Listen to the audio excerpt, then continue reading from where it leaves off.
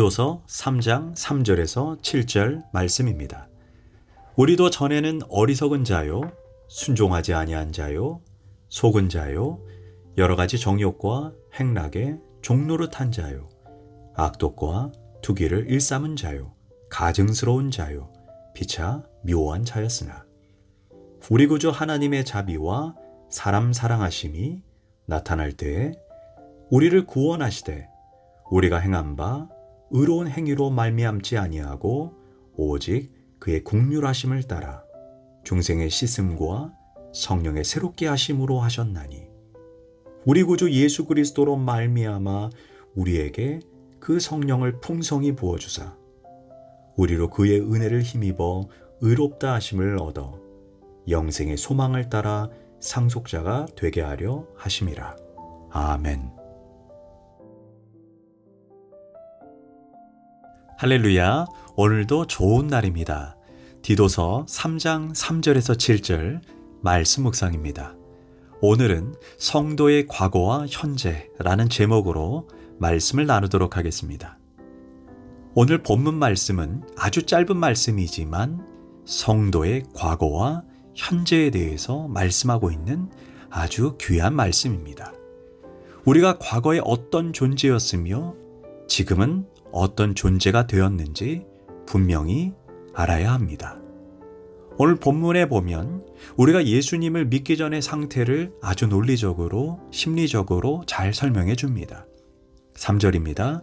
우리도 전에는 어리석은 자요, 순종하지 아니하는 자요, 속은 자요, 여러 가지 정욕과 행락에 종노릇한 자요, 악독과 투기를 일삼은 자요, 가증스러운 자요, 피차 묘한 자였으나 바울은 우리가 예수 믿기 전의 상태를 어리석은 자요라고 시작합니다.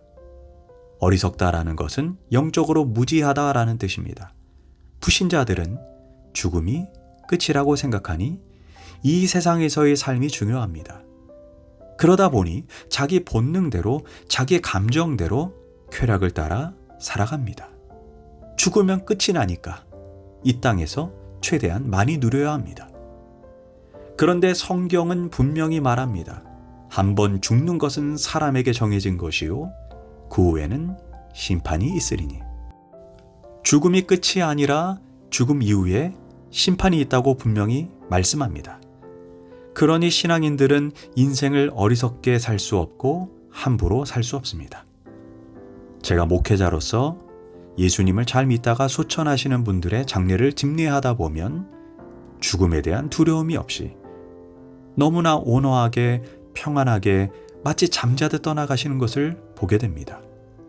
그러나 예수 믿지 않는 사람들이 죽을 때 모습은 현저하게 다릅니다.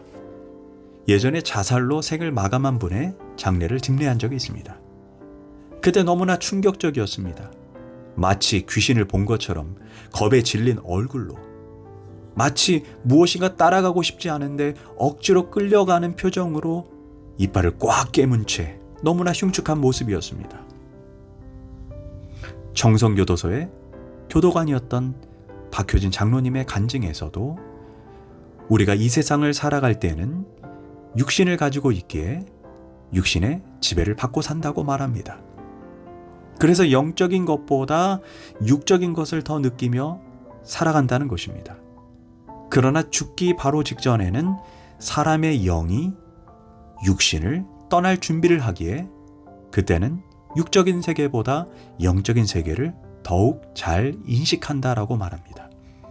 그래서 사형수들이 사형당하기 직전 저기 검은 옷 입고 있는 사람, 저기 몽둥이를 들고 서 있는 사람이 누구냐?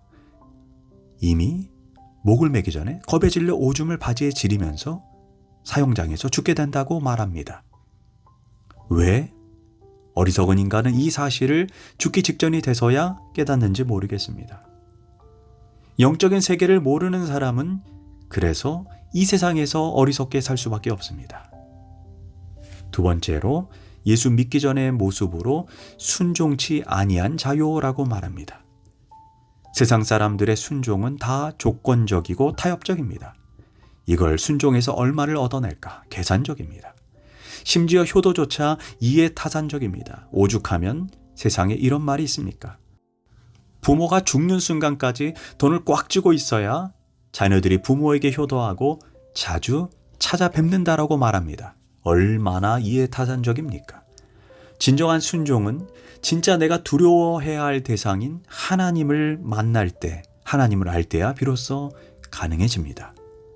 세 번째로 예수 믿기 전의 상태를 속은 자요라고 말합니다. 예수 믿기 전에 우리는 마귀에게 속고 살았습니다. 무엇이 참되고 무엇이 영원한 것인지 알지 못하고 순간적인 이익, 육신의 정욕이 요구하는 대로 살았습니다. 네 번째, 우리가 예수 믿기 전의 상태를 여러 가지 정욕과 행락의 종노릇한 자요. 여기서 종노릇은 벗어나지 못한다는 것입니다. 이미 노예가 되어 있기 때문입니다. 정욕의 노예가 되든 게으름의 노예가 되든 음행의 노예가 되든 벗어날 길이 도대체 없습니다. 어떤 사람은 방탕함의 노예가 되고 술과 담배, 도박의 노예가 되어 벗어나지 못합니다. 인간은 근원적으로 하나님의 형상으로 창조되었습니다. 그래서 하나님과 교제해야만 살아갈 수 있는 존재로 창조되었습니다. 그러나 죄로 인해 하나님과 관계가 왜곡된 인간은 하나님을 만나기까지 그 빈자리, 그 빈 공간을 채우기 위해 끊임없이 무엇인가를 추구하고 무엇인가의 노예로 살아가게 됩니다.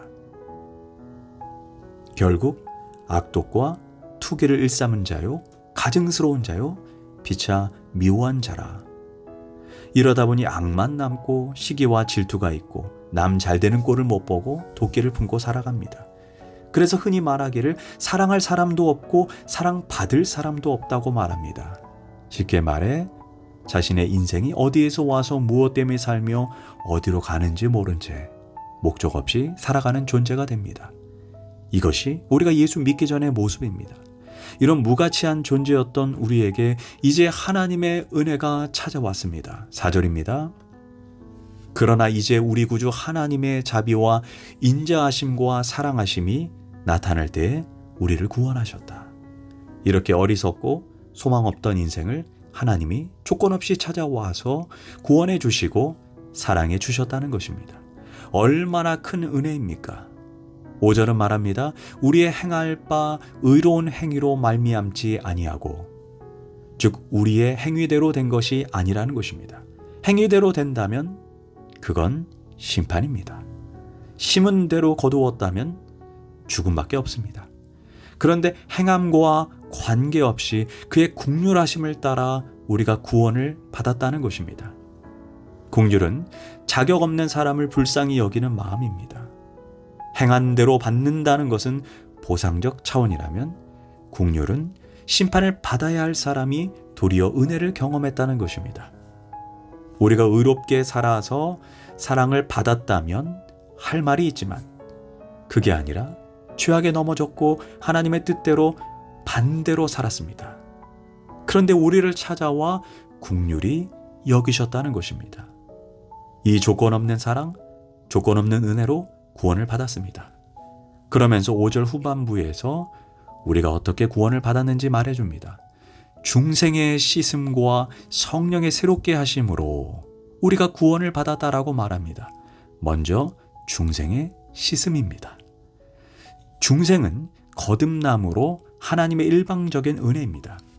요한복음 15장 16절에서 너희가 나를 택한 것이 아니요 내가 너희를 택했다라고 말합니다. 예배소서 1장에서는 만세전에 창세전에 하나님이 나를 지병하고 선택하시고 은혜로 구원하셨다라고 말합니다. 나는 내 발로 내 의지로 교회에 나온 줄 알았는데 그게 아니라는 것입니다. 먼저 은혜가 나를 찾아왔고 그 은혜 때문에 교회에 나왔다는 것입니다. 이처럼 중생은 그 자체가 은혜입니다. 그런데 놀라운 것은 우리가 중생을 경험하고 나니 과거의 모든 죄가 갑자기 내 머릿속에 생각이 납니다.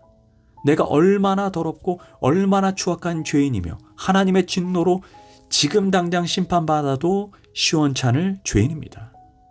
그것을 비로소 거듭나고 나서 중생하고 나서 깨달은 것입니다. 나도 모르게 몸소리치며 눈물로 회개하게 됩니다. 이런 역사를 중생의 씻음이라고 말합니다. 이 중생의 씻음은 하나님의 전적인 역사로 하나님의 전적인 은혜로 인해 하나님의 주도권으로 이루어지는 과정입니다. 그런 후에 5절에서 성령의 새롭게 하심이라는 과정으로 나아갑니다. 이는 성화를 의미합니다. 중생과 성화의 교리가 여기 5절 한 절 속에 다 나타납니다. 이제 성령의 새롭게 하심의 역사를 통해 우리의 생각, 우리의 의식, 우리의 가치관, 우리의 삶이 점점 예수님의 성품을 닮아가게 됩니다. 또한 성령은 우리의 영적인 눈을 열어 하나님의 진리를 깨닫게 합니다. 이것은 한순간에 일어나는 것이 아닌 성령의 역사로 점진적으로 변화되어 가는 것입니다. 이 모든 것들이 다 성령의 역사입니다. 우리가 하는 것이 없습니다. 그러니까 우리는 예수님을 믿는 것도 은혜요, 회개하는 것도 은혜요, 내가 예수님을 닮아가는 성화의 과정도 모두 은혜입니다. 그 결과 7절에서 영생의 소망까지 품게 되었다라고 말합니다. 자, 생각해 봅시다. 오늘 이만큼 믿음으로 사는 것, 이만큼 중생하고 이만큼 성화된 것, 이만큼 신앙생활하는 것, 전적인 은혜가 아니겠습니까? 이 모든 것이 성령이 힘을 주어서 가능하고, 성령이 씻어주셔서 가능하고, 성령으로 부어주셔서 오늘 내가 이룬 것입니다. 이 모든 것이 다 은혜입니다. 이것이 성도의 과거와 현재입니다. 기도하겠습니다. 하나님, 정말 주님을 모르고 살았다면 악하게 본능대로 살다가 뜨거운 지옥불로 들어갔을 것입니다. 그러나 이렇게 내게 은혜와 긍휼을 베풀어 하나님의 자녀가 되게 하고 영생의 소망을 품게 해주신 그 하나님 감사합니다. 그 은혜를 늘 감사하며 신앙의 여정을 기쁨으로 감사함으로 걸어가겠습니다. 예수님의 이름으로 기도합니다. 아멘.